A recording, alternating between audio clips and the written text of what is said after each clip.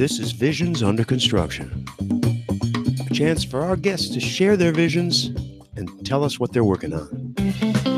For their continued support, we would like to thank Simwood, straight-talking, forward-thinking telecoms, simwood.com. Why not make CloudOnyx your communication partner? Go to cloudonyx.io. You can find everything about the VUC at vuc.me, thanks to Bluehost, and thanks also to zipdx.com, the conference bridge, and to voxphone.com for local rate dial-ins. Since I got that all right, I guess that's it. We have nothing.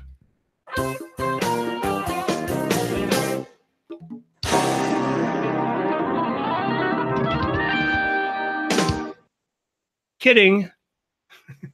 That was funny. Yeah, I thought it was cute. Anyway, you see, I'm in total control because you can't start drinking as early because we have this difference in daylight saving time. It ain't saving much here. It's kind of getting dark, and it's only 5:03 here. Michael is with us, and he's in Central Time Zone in Texas. What's the temperature there, Michael, these days? Warm? That's a good question. It chilled off the other day on Halloween Eve. We had a cold front come through, and at present it is 60 degrees Fahrenheit. Oh, it's not too bad. It's no, something like 15 here, which is I don't know how much. It's been really cold this morning. I had to scrape off ice from the car, but now I have the fan going because it's too hot. Okay. Well, the heating in the office started very fast, very hard, and very early, but then the sunshine came out, so it's 14 degrees outside and it's 27 in the office. Oh, 27 is kind of hot. Yes, yeah, all windows open and things, fan going around. And the report in the ununited UK, the ununited Kingdom. Well, down in the South Coast regions, it's 10.7 degrees down here, and it's blowing cold. Well, is that cold? Okay. It's cold enough. It's cold enough for this time of day. Ah, yeah, no, for the time of year, yeah. Well, if this reminds you at all of Astrakhan, the little Astrakhan hat. We just got news that from Daniel. In fact, let me go look and see. No, that's you.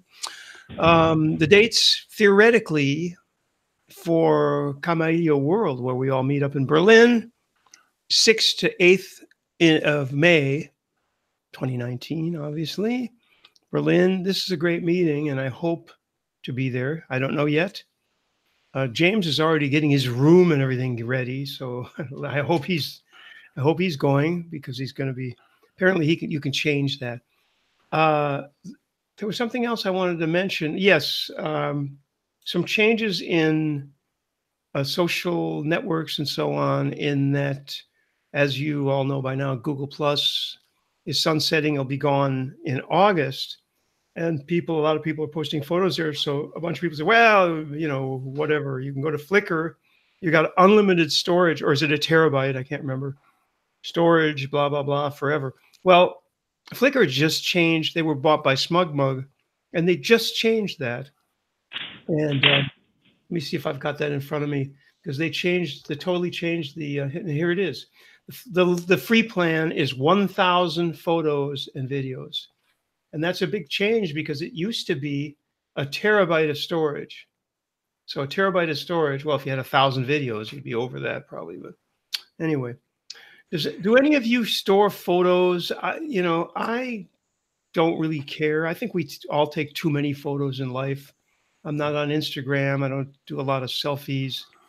The photos we take are maybe wine labels, but it's mostly stuff that you just want to remember. Who else takes? Yeah. That is the old bait and switch. So we'll give you free space, free everything. And then when you are invested in and you have a lot of content in, well, we changed our minds. Now it's £15 a year or $20 a year and so on. Because I run an Android phone, all my photos are backed up on Google Photos. And I think if you accept to reduce quality, not to keep them at original quality, you have infinite storage for photos. Tell you the truth, by that condition. I thought that was the opposite, but I can't remember now. No, if you want them at original size, I have 17 gig of space at the moment. That's what Google Drive says. But for the photos, if you accept them to be resized and reduced in resolution, it's probably it's infinite, and there's no limit. We have G Suite account. God, they change the name every week, so I have to always think for a second.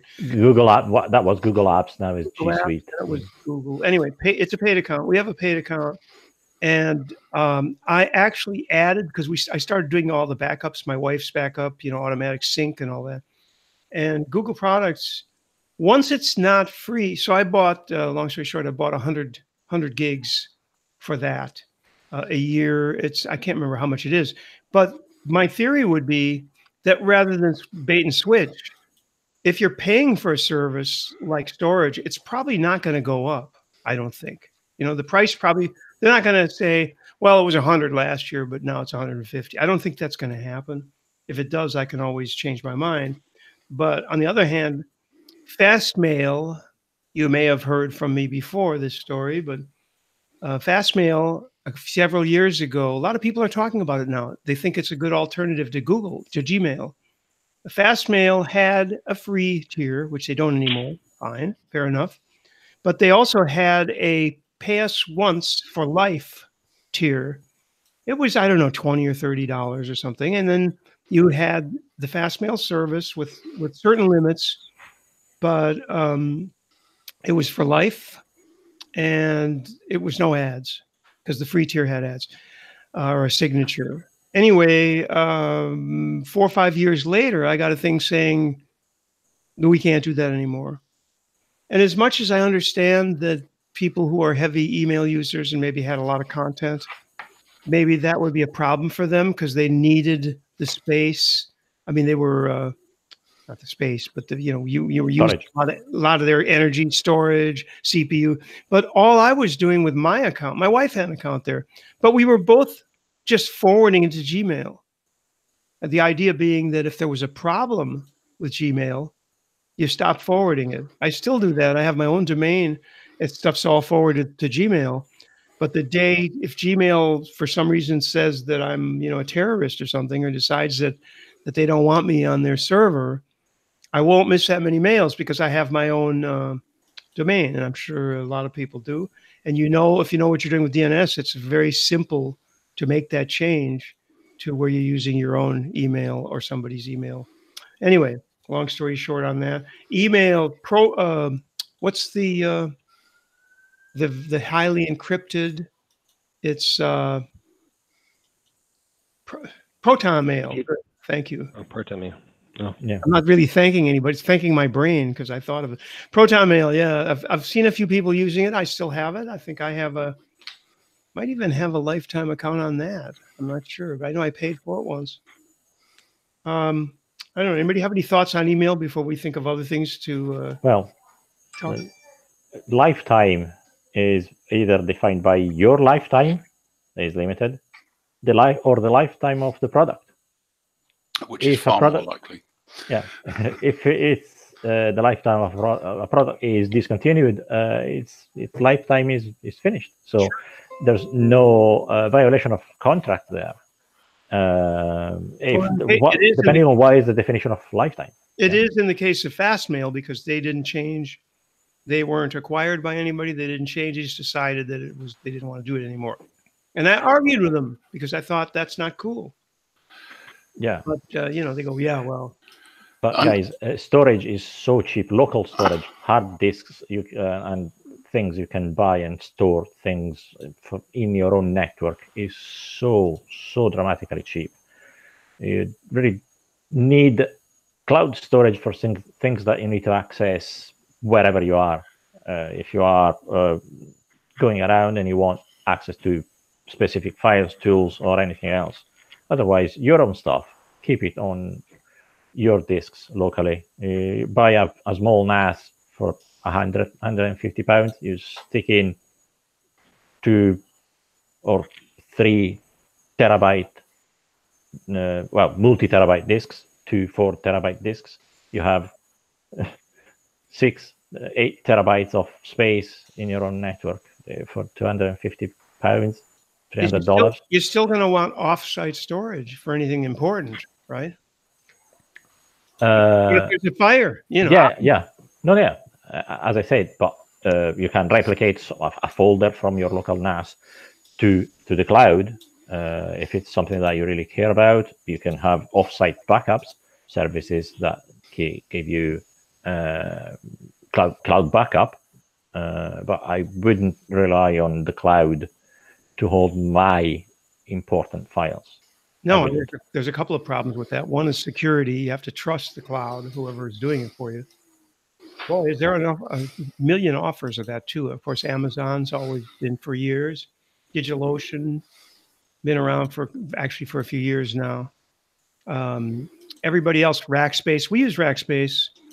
It's funny because when the billing comes in for both Rackspace and Amazon, one of them is like $1.20 a month. And the other one, I mean, there was a case. I think Amazon just wasn't billing several months because the amount was too small. But I don't know why. They should really collect it up and just send you a bill for $15 at the end of the year. But anyway, yeah. Guys, just quickly, I might have to go offline for a minute or two because I need to do a couple of things. I wasn't planning for that to be 1 hour earlier, so I have a couple of things to do. I'll be back very quickly. Okay. Sorry. See you soon. Cheers. Other than that, Andrew, anything interesting? Well, I just Googled Fastmail and then clicked on Proton Mail. So it's now decided I am definitely interested in email services. So it's showing me 18 different email services, most of which I've never heard of. I mean, I've heard of Hushmail, Proton Mail, Gmail, Tutanata. Never heard of that. Don't know that one. GMX Mail, Yahoo Mail, Outlook, LavaBit, Virgilio.it. Wait a minute, LavaBit went out of. They died. No. Well, apparently not. Let's have a quick look. Highly encrypted. LavaBit is an open source encrypted webmail service. Mm-hmm. The service suspended its operations in August 8th, 2013. Okay. Who's doing your search there? Because well, just a minor little search provider. I believe they're called Google. Well, they don't seem to be worried about giving. Ken says LavaBit is back. I had heard something about that, but I don't know what. Well, there are still loads of others. Malifence, Rediff.com, DuckDuckGo, of course, Postio, MSN, SpeedTest.net do their own email service. Really? Whatever for? Didn't know. CaterWeb, Google, and Bing. There are quite a few there, aren't there? Bing. Bing. What is Bing? Is a web search engine operated by Microsoft. There you go. Whoever knew that? I'm looking at LavaBit. Sign up. What do we do? Consumer services. Blah blah blah. I don't know, Ken. If you have any, they came back last year once the Snowden stuff settled down. They do. Let me get this bookmarks toolbar. Okay. Share screen. I only do this every week for 12 years. I should know where these things are, right? There we go. So let me see if I've got my login still. Ooh. I probably had one at one time, right?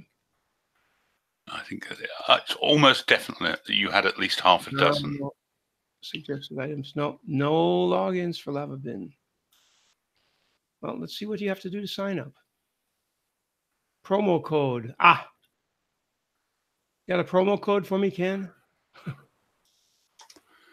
Let's look. Let's try this. LavaBit promo code.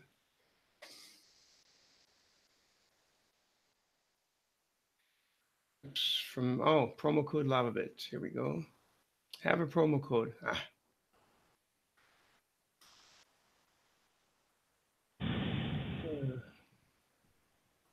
January 2017. Let's try to do this by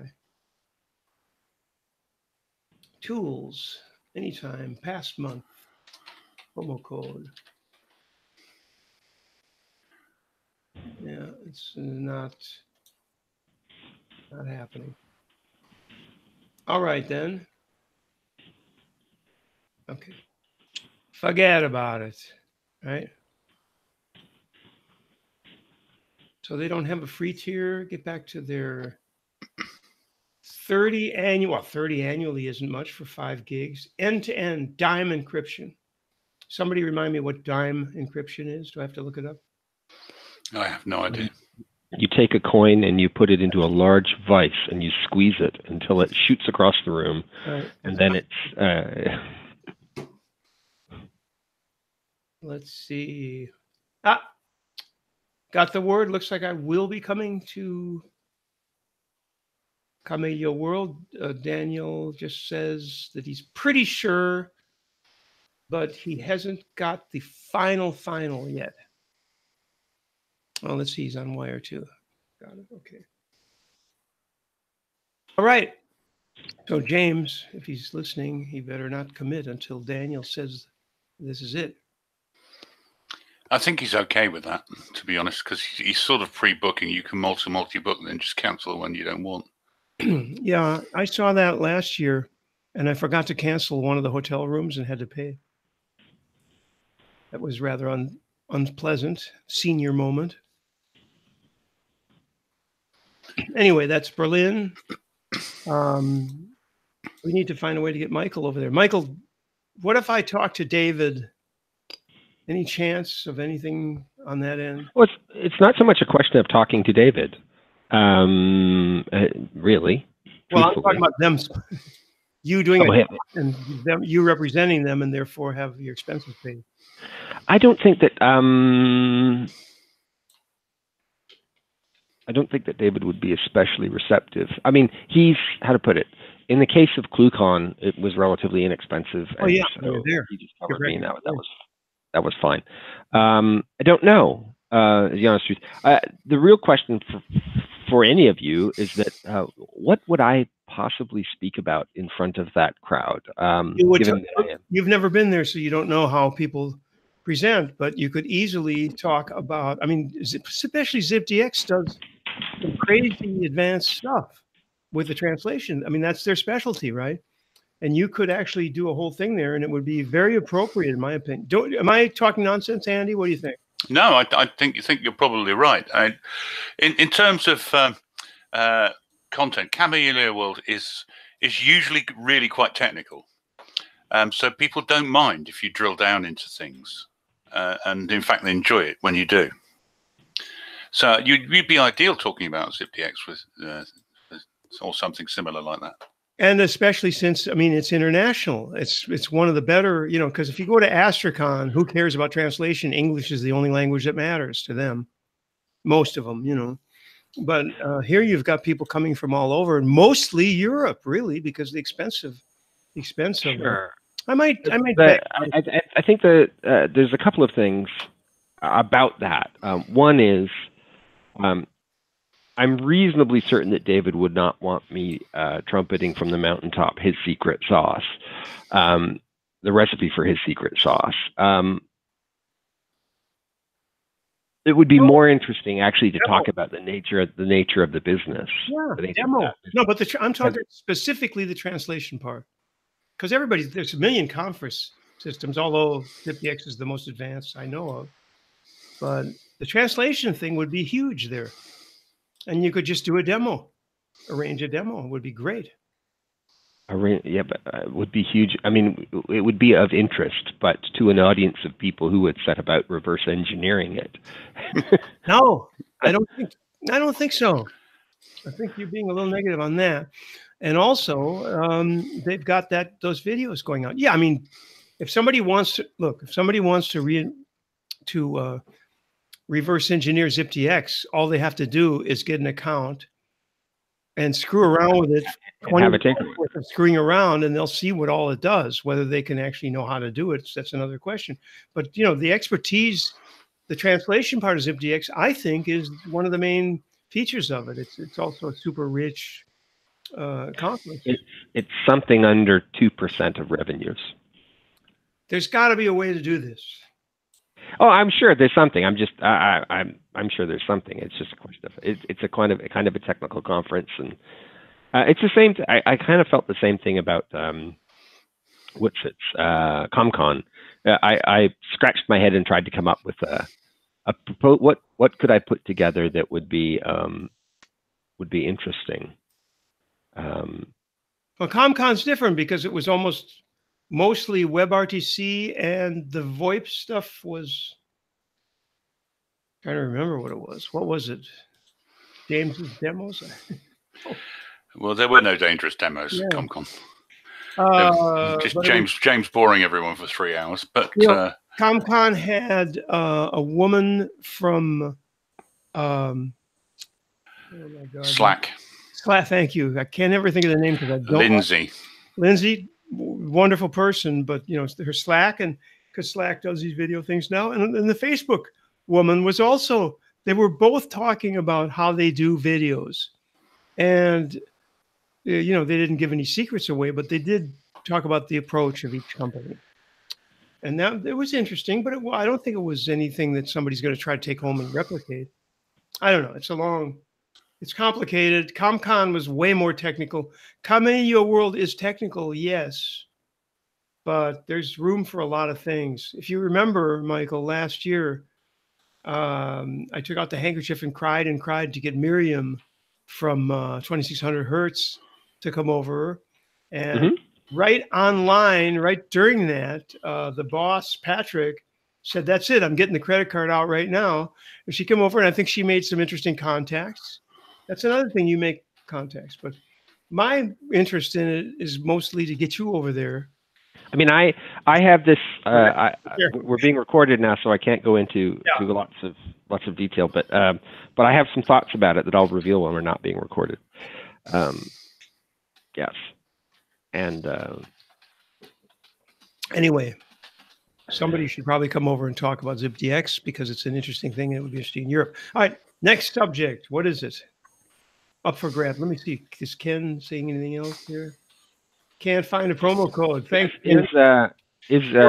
Dark Internet Mail Environment, secure open source end-to-end communications platform for asynchronous messaging across the internet. Thank you. Well, should we talk about the umpteen Windows problem with zip files? Sure. No, in point of fact, because you're not helping anybody by doing that. A question for you though: is the media abusing the term the dark web? What is the dark web? Let's put some definition on that, because I see reporters, I see people who I don't think can read their own email saying blah blah blah on the dark web. That's a very good question. From my point of view, probably is something that has a robots.txt in the root that says "don't index this website." It's not on Google, so it's dark. Exactly. Anything that requires a login, is on the dark web. On the dark web, or something that you can't Google. You have to know it's there. There's a TV show that's on Crackle, and then it got to Netflix. It's called Startup. Terrific show. And these people have started a new thing. It's called ArakNet, ARAKNET, and it's cryptocurrency meets the dark web. I think it's kind of dark web, and the reason I say that is because season 3 is starting, and I saw part of it at the beginning of one, and there's soldiers in Syria who discover a computer, and it has orders for munitions and secret stuff, and it's on their ArakNet. So these people are going to be in big trouble. Unfortunately, I couldn't watch the whole thing. It's on Crackle, which is a SonyCrackle.com, I think it is. You know about that? Anybody? No. Is that a French? Sony? No, it's Sony. You can't get there from Europe anyway without a proxy. But I look at it, and they have an app. You can download. You can install on Android and iOS. But the problem is if you don't sign in, there's like 8 commercials before it starts, and then it's interrupted 5 minutes in. It was way worse than broadcast TV. I mean, if it's free, I get that, fine, but it's not watchable for me, so I'll wait until I can get it some other way. But I haven't looked into. They say that if you sign in, even the free tier has less ads than if you're anonymous. So I'll look into that. But in the end, I'd rather pay and not have the ad. I can't watch stuff with ads anymore. But anyway, back to Startup. If you look at Startup on, I'll go to IMDb. It's really how realistic is it? Because Hollywood and that stuff and hackers that simply like Robot. see things on you see screens all garbled up and they just enter a password and they're in the system. They can do everything. Don't try to do as much with that kind of thing. Here's let me share the screen here. They don't try that, but I mean it's probably as close as Mr. Robot, when they shared screens, it actually looked like the kind of thing. All right, here's this a little bit bigger. So the programmer happens to be a woman, Latina. Oh, wait a minute, we have the trailer. Can we play the trailer? If I don't play the sound. Cuban American hacker. Yeah, no, she's badass for sure. There's a Haitian American gang lord. It's got really good people in it. What's the guy's name who was in Fargo? This guy, Fargo, right? Here's some shots from it. Since we don't have that much to talk about, this is actually a good topic to get through just for a second. Startup. That's I think that's the girlfriend. That's not her. Oh, I don't know who these people are. That's her with somebody else who's some wacky hacker. He's in it. Ron Perlman is in it. Bad. Guy's great.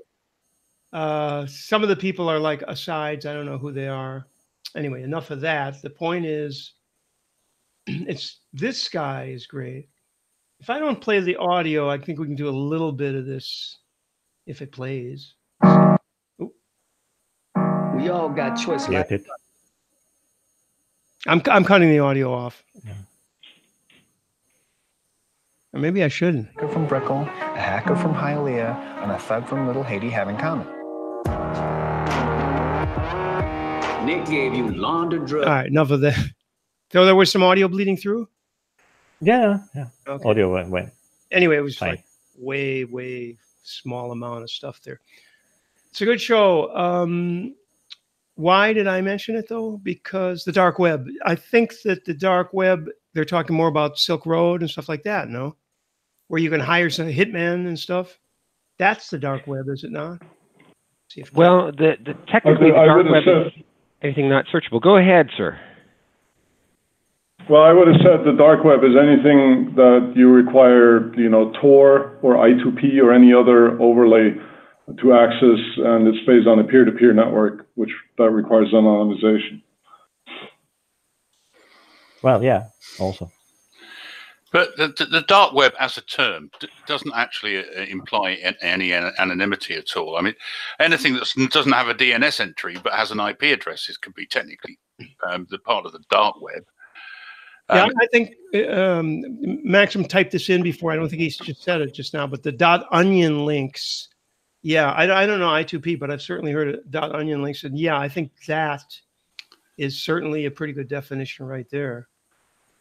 Well, if you have a link that you click on and you get onto something is not hidden. The purpose of the dark web is to have services and logins and pages and things you can access that are completely hidden from view. It's security by obscurity, let me say. With the number of IP addresses that there are around, you might just scan the whole /1 of the internet and find something. But it will take you probably a gazillion years. Well, isn't it also a little like the deep state, which is also a term that's abused? Okay, the deep state. What do you think of the deep state? The deep state's like the dark web. What is that exactly? Well, you kind of know. Well, it's the alternative administration that lives through changes of presidencies or prime ministers or governments. But all you're really saying is it's the career bureaucrats. Yeah. The highest tier of career bureaucrats who span political people who above them are political appointments that change out periodically. But doesn't it have a negative connotation? It does, but that, it was given to it by, conservative media who are looking to demonize anybody who's not going along with the new direction. The implication being that the deep state has their own goals, which, it's more like sustaining the status quo is the long-term goal of any bureaucracy, right? And so the self-preservation society. But there's a better example probably in Britain with this, the civil service, the UK civil service, that has very big and important mandarins. They are called literally mandarins in slang term, but because they are very powerful. And if you watched any minister of any of them, you will realize that the government is in fact MI5, MI6, the secret services, and the civil service.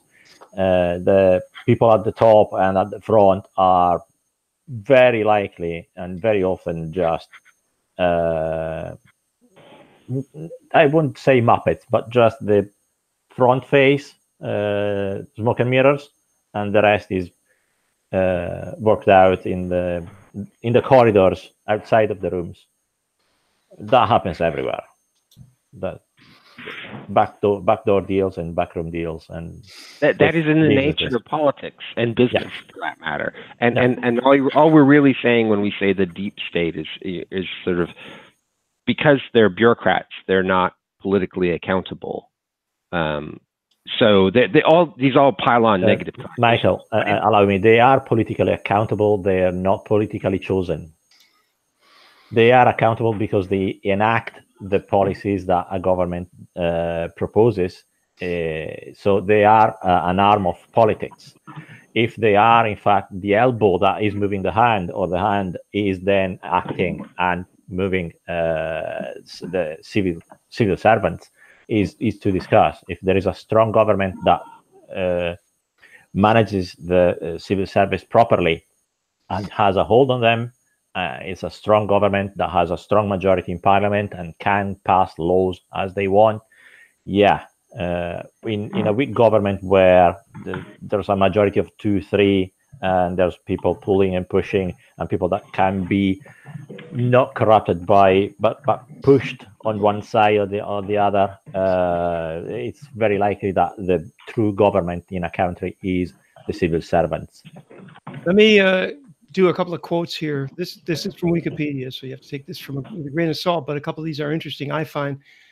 First of all, the term deep state is often used in a critical sense vis-a-vis the general electorate to refer to the lack of influence popular democracy has on these institutions and the decisions they make as a shadow government. I said shadow earlier, Corrado, you said, and Michael, you also referred to a similar thing. The other thing is according to the journalist Robert Worth, the expression deep state has originated in Turkey in the 1990s, where the military colluded with drug traffickers and hitmen to wage a dirty war against Kurdish insurgents. That all sounds like what you might think is the deep state, indeed. So then the question is whether you agree that deep state and dark web are similar concepts. There is also, you have to account for the established power that is outside governments. So big finance, and especially in Britain, it still happens, the monarchy and dukes and people with some sort of link to the monarchy or to the old feudal organization of the state that they are very big landowners, so they have a lot of economical influence and weight. So there is a strata of different people in different layers of the society. Especially Britain is quite stratified. There's still a class system. Let's say it clearly. Am I right, Andy? I'm a newcomer. I've been here for 15 years. You are very right, and you're also right in the way that different people look at how they interact with everybody else in the world. The majority of people in this country who would look at themselves as being working class have no interest at all in being involved in anything which in any way exudes control. In many ways, they just want to be sheep. They want to be controlled. They may not admit that, but that's the way they behave. Middle class, perhaps a little different. Want to be involved, may not be allowed to be involved, may not have the financial wherewithal to be involved, and then of course upper class who just have everything. Yeah, power and money. Yeah, it's a bit populistic to say probably, but it's also the stark reality, probably everywhere. And again, we're going back to last week. Yeah, which is not a problem. I think that there's some very interesting things to be looked at. There are some extreme podcasts around with all kinds of conspiracy theories and so on, but the way I see these things, they're not conspiracy. They're just the way it is a lot of times. And, this is nothing new. Back in Roman times, there was these same structures of the way power works has always been the same since emperors, patricians, since weapons were invented, probably because in the day when it was just the strongest caveman, that you couldn't accumulate a lot. Biggest club, right? Basically, yeah. Well, if you think that one of the most talked about clubs in the UK is the Bullingdon Club. I don't know if anyone has ever heard that mentioning. No, what is that? The Bullingdon Club is, besides being a club, also in the sense is a club that you can whack people with morally.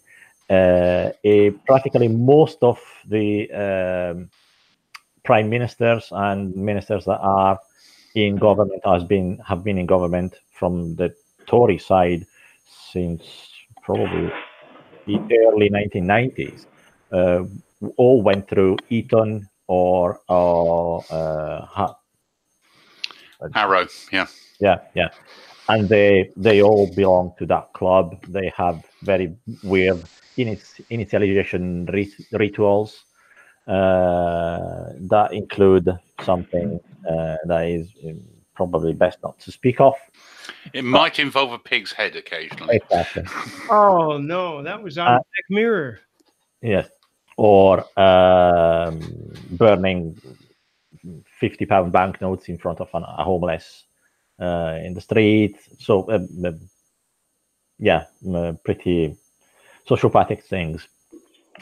But I don't know. Have you ever heard of the supposed capital of the big head and David Cameron? Never. Didn't that go through Europe or United States? I don't know. No. Oh yeah. Okay. Well, again, Bullingdon Club. David Cameron apparently has been serviced. He likes his applesauce. That's yeah. Allegedly. Yes, of course, everything is alleged on here. Nothing is ever presented as fact. Even facts, in fact, are wrong. Yeah. Boris Johnson, Michael Gove. If you think of any in government at the moment, there is a picture that is going around of them all in tuxedos on a staircase outside of somewhere. And that is known as to being the portrait of that year Bullingdon's club. How do we find that? I don't know how do we manage to segue into that? Because because we are weird. Things. Let's see. Well, from the deep state to people who has been manipulated since the age. Oh, here it is, right here. Bullingdon Club. Hold on a second. I think we've got something here. Google is your friend in some cases. So let's find this. And here we are. So this basic research. You said there's top left corner, top left image. That's no, but that's not. Oh, that's the one you were talking about. Yeah, that's been around everywhere. If you zoom in and you look at the faces, I thought I had it. You look at the faces a bit carefully. You can recognize young versions of people that you know now in government. What happened here? Not bringing. All right. Bottom blonde. That's Boris Johnson. Such a jerk. For example. And there's David Cameron somewhere, Michael Gove. I'm trying to find, I can't get it any bigger. What's, 300% is the max. So Boris is here. Yeah. Gove, I think that the one just right beside is Jacob Rees-Mogg, I think. God, what a collection of jerks, regardless of who. Yeah. Well, I think the quick write up on when you Google the Bullingdon Club is it says enough actually. An exclusive all male dining club for Oxford University undergraduates, not graduates, although I doubt they ever left. Though it is not officially recognised by that institution, it is noted for its wealthy members, grand banquets, boisterous rituals, and destructive behaviour such as vandalising of restaurants and students' rooms. It's so highly responsible, we don't give a damn, we've got loads of money, we'll pay for it anyway. Yeah. Who's that they've got circled here? That's because that's probably him, huh? Well, no? I think the one at the top is David Cameron. Doesn't look like David Cameron there. It's really small. I can't see that well. No. But there are quite a few of them. 1 and 2. Right. Radicalization. Okay. And here's... Yeah, if you look at that picture there. Jonathan Ford. Okay. I never heard of him. I saw the picture with that shows the two faces. Another now there. Yeah. Version. Yep. That's them. How did they end up with these people? Well, I'm not over there, so. All right, enough. Yeah. That's crazy. Crazy. But yeah. I don't know. Usually the governments we are governed by our backers. I don't see that now. That's not how to put it. That's not strictly the case in the U.S. though. No. The U.S. wasn't that way. Was never set up to be that way. The problem we have, certainly not now. But putting definition to that is because the U.S. wasn't originally a classist society in that way, in quite the same way. So it's puzzling. Speaking of deep state and so on, as we were, there's also a show on Netflix called Bodyguard, which is a British series, a 6-part miniseries, I think 6 parts or 8, about the security services running the UK government. It's a good show. Bodyguard. Yeah. Good guy, as we say in this country. What else? Any more TV reviews? I've got a few. Someone is. Yeah, what is that? Is that around? Somebody's typing like a madman. Where is that? Gotta be 50X. On the Are you mining Bitcoin again? Stop that. I don't think he's actually mining it. He's so much as digging for it. Yeah, really. Shoveling. Yeah. Shoveling Bitcoin. Oof. Hey, Maxim, you got to come to Berlin this year, May 6th to 8th, in theory. Yeah, I did put it in my agenda, so okay. There's a good chance I might be there. That would be good. It'd be fun. Andy, you think you're going to be able to make it? I'm hoping so. We'll see. Great. It's not far for any of us. No, he's not willing to. No. I'm not willing to commit. Do they have an airport now? Who, Berlin or Scotland? No, Berlin. Didn't they try to build an airport for like a decade? At the Kamau Airport? No, there's 2 airports. They were trying to build a 3rd one, yeah, supposedly. Well, they were going to close Tegel, weren't they? But it's just never happened because the 3rd airport just hasn't quite made it for some reason. But Tegel is, I can't go to Tegel directly, so I go to the other one, which is quite a ways away from Berlin. But what, Schoenfeld? Really convenient, yeah. The Tegel's super convenient. Super convenient. Berlin is a great city. That's one of the reasons I get all excited about. You know, I fall asleep during most of the talks, but it's because I don't have a dog in that race. But I do have a dog in the race of trying to get people to come and party, right?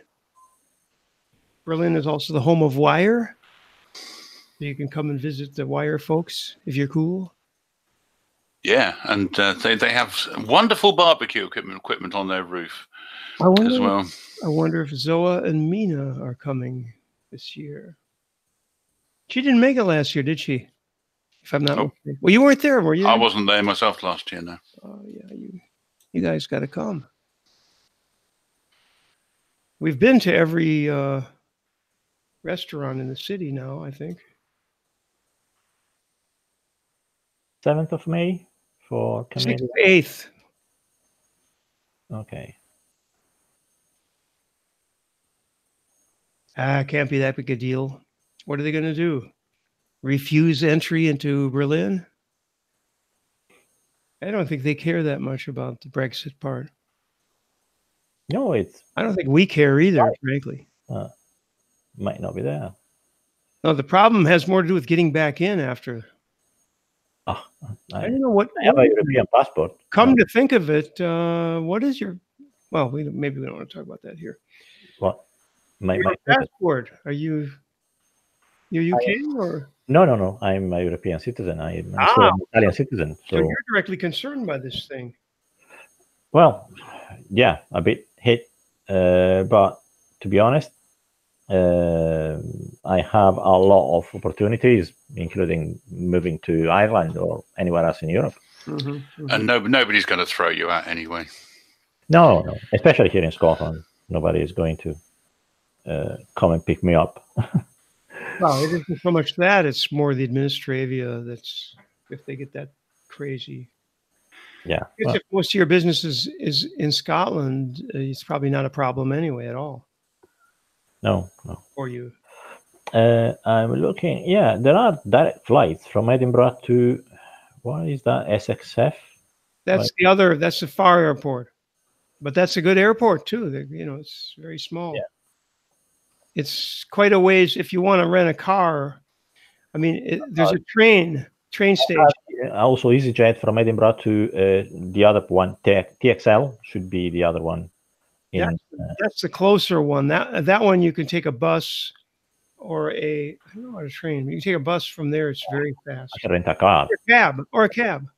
Oh. Car. I never liked driving. Yeah. Okay. You like driving? No, I'm fine. I've driven from Scotland to Milan. So. Well, I've driven from Minnesota to California, but that doesn't make it any more pleasant to think about now. I'm absolutely fine driving. I'm okay.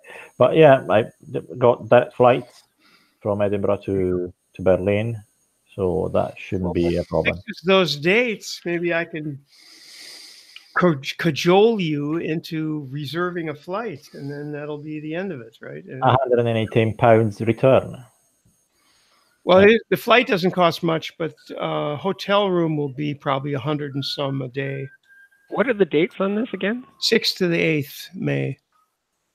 These dates are quite sure, but not 100% certain.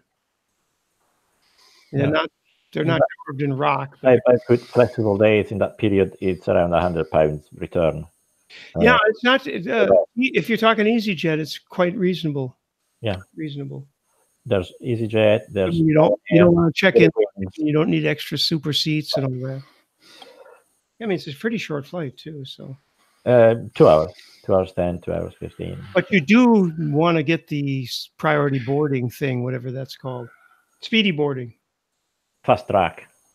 Yeah, no, it's not fast track. It's speedy boarding. The speedy boarding. The difference is there's this huge section of cattle on one side.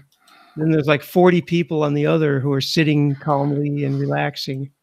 And then you get to board, and then the cattle get let loose.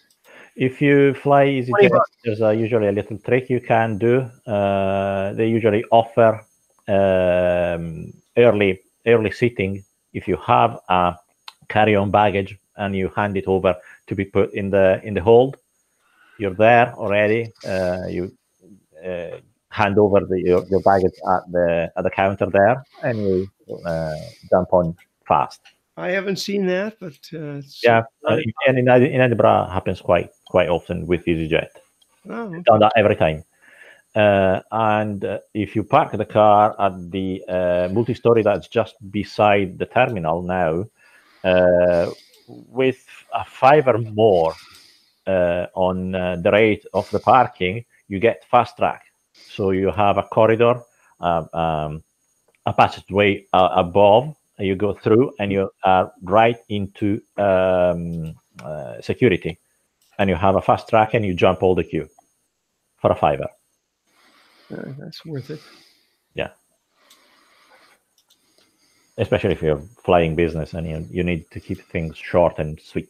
Well, on a 3-day stay, you don't really need luggage either, and because as soon as you check a bag, it's like 25 euros, 25.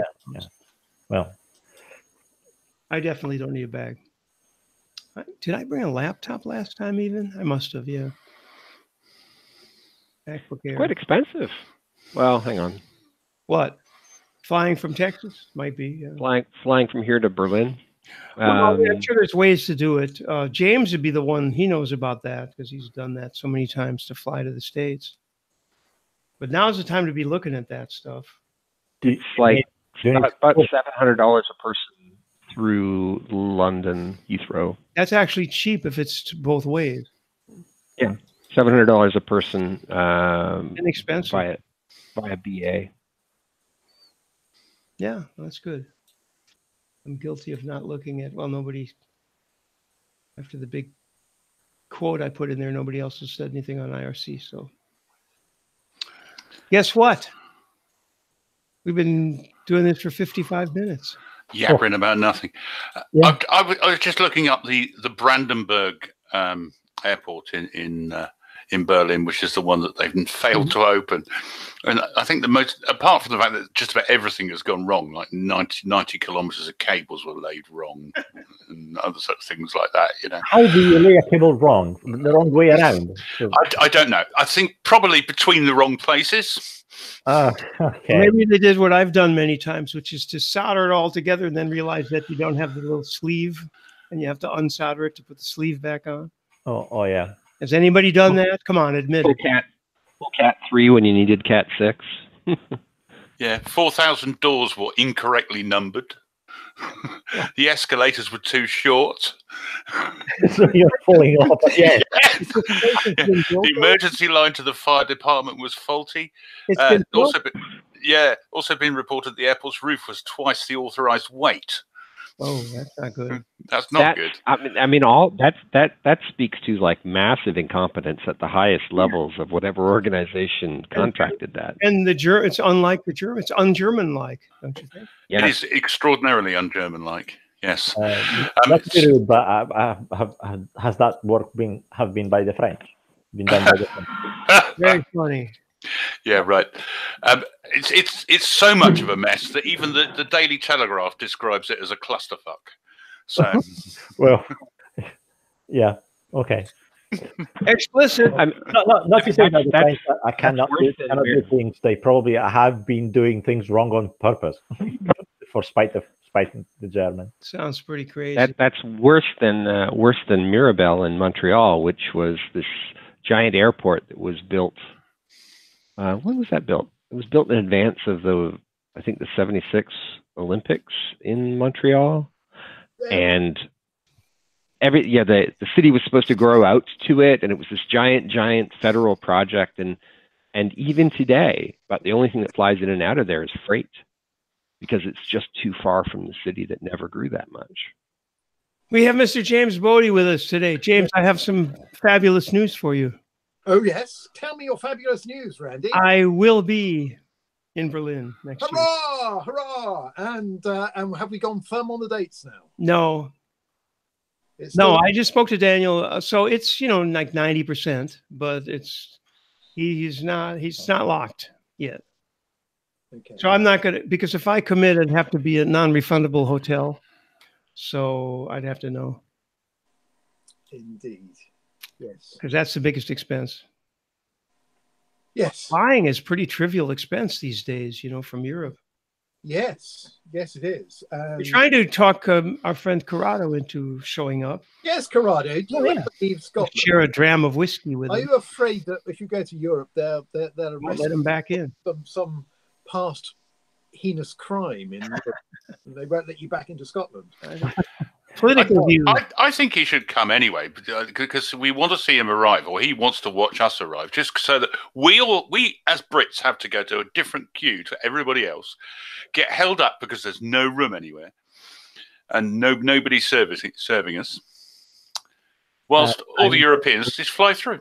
Yeah, with my European digital passport, I can just wave it on the machine and go through. And you probably have some euros somewhere too. Yeah, I want a spare Irish passport or something like that. As a director of a Northern Irish company, I think I ought to have an Irish passport, don't you? By the way, your audio is very low, James, even though is it? we're about to cut off the public part, because I think we've exhausted ourselves talking about a lot of useless things. Yeah, what are you talking about? Oh, so much. Deep state, the dark web, and Camellia World. I thought you were going to have Mr. Brady on talking about Bitcoin and cryptocurrency. Brady. No, perhaps not. The prime of Mr. Brady? Who's Brady? Wire. Yeah, keep looking. Brady? Oh, you're talking Jay. Brady? Jay is Mr. Bitcoin. Perhaps I was looking in the wrong bit of wire. I think you're looking in the wrong wire. Yeah, I think I was. I'm incorrectly wired. That's good. My wires crossed. Brady. Now I'm looking for a Brady elsewhere. No, he's a super chap. He's Australian, but he's into cryptocurrency and stuff, all that kind of stuff. And he was at ClueCon earlier this year. He also was at ComCon. I don't recall. The Australian, blonde hair, good-looking Aryan sort of chap. Oh, not Brady. I know who you mean. I had dinner with first name. First name. David Brady or something like that. But you know who I mean, the Australian guy who did, and he gave a talk at ClueCon about cryptocurrencies, didn't he? Brady, Australia. And this is where you pop up a lump of high definition video from ClueCon. Say, this will be the champion. ClueCon. Yeah, Michael, in your role as the video meister of ClueCon. I'm looking at free real-time communications RT. Brady Bunch. That's the first thing that came up. Come on. DEFCON, Terrani, DEFCON. Wow. Bradley's Brady. These results are idiotic, actually, coming up from Google. Richard Brady? Richard Brady, that's him. Ah, okay. Richard Brady.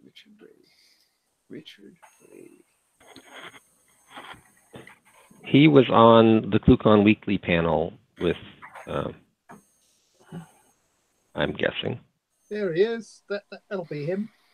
Ah, that white outline we can see. Yeah, it doesn't like it very much, does it? He's got a beard. I know that. There he is. Hello, my name is Richard Brady. Ah, okay. I know. I don't recognize. Anyone for a modem sandwich? Is that what you've been doing this afternoon? Is it flashing those? Yeah. What are they? Old FTTC VDSL to OpenReach modems that I flash with modded firmware, so they become decent modems with a bit of interface, a bit of web interface you can work with. They're based on OpenWRT. No, it's the original software from Huawei that instead of it being hobbled for BT is the original firmware inside that enables both LAN ports, and you can set up the login and everything. It works like a router. Okay, I've got two of those. I might have to do that. Yeah. Instead of doing the PPP authentication on the router and just using that as a dumb modem, you can use it as a modem itself. With, how much do those cost? Just out of interest, on eBay. I think I bought 5 of them for 30 quid. Well, that's pretty good. £6 a pop. Yeah, they come with. What interfaces do they have on them? 2 lines. Yeah, and it's 100. Oh, it's DSL. It's VDSL or VDSL. Yeah. They do everything. They're multi-standard. ADSL and VDSL in all the possible variations. They are originally those from OpenReach, so they work with everything on BT lines and also on TalkTalk, on Sky, everywhere. So they're useful bits of kit to have in your box of bits. Yeah, box of bits, basically, for the price. As is this, with a good segue. I bought this off eBay for 20 quid, including postage. Is that the usual MikroTik? Yeah, it's a RB2011, but a very early one, because it's the one permanently attached to it. So it's clearly a very early one. It doesn't have any USB on it either. So it is a very, very early one. It might even be a prototype, looking at it. Yeah, it could be, and it's certainly had a hard life. But the good news is I dropped the latest build of firmware on there, and I then dropped FreeSwitch onto it. James, your audio is so low that I can hear somebody breathing on top of you. All right, Andy. Stop breathing. Stop breathing. No, so it's got FreeSwitch on it now. Let's, why don't we go into private mode? So we go into private mode? Yes. And bye-bye, world. There's something about that audio, James. It's very, very low. Really, it's hard to hear you. Hang on, I'll put my earpods on. Okay. We'll see you in early May, Berlin, right? Yeah. Right. With that,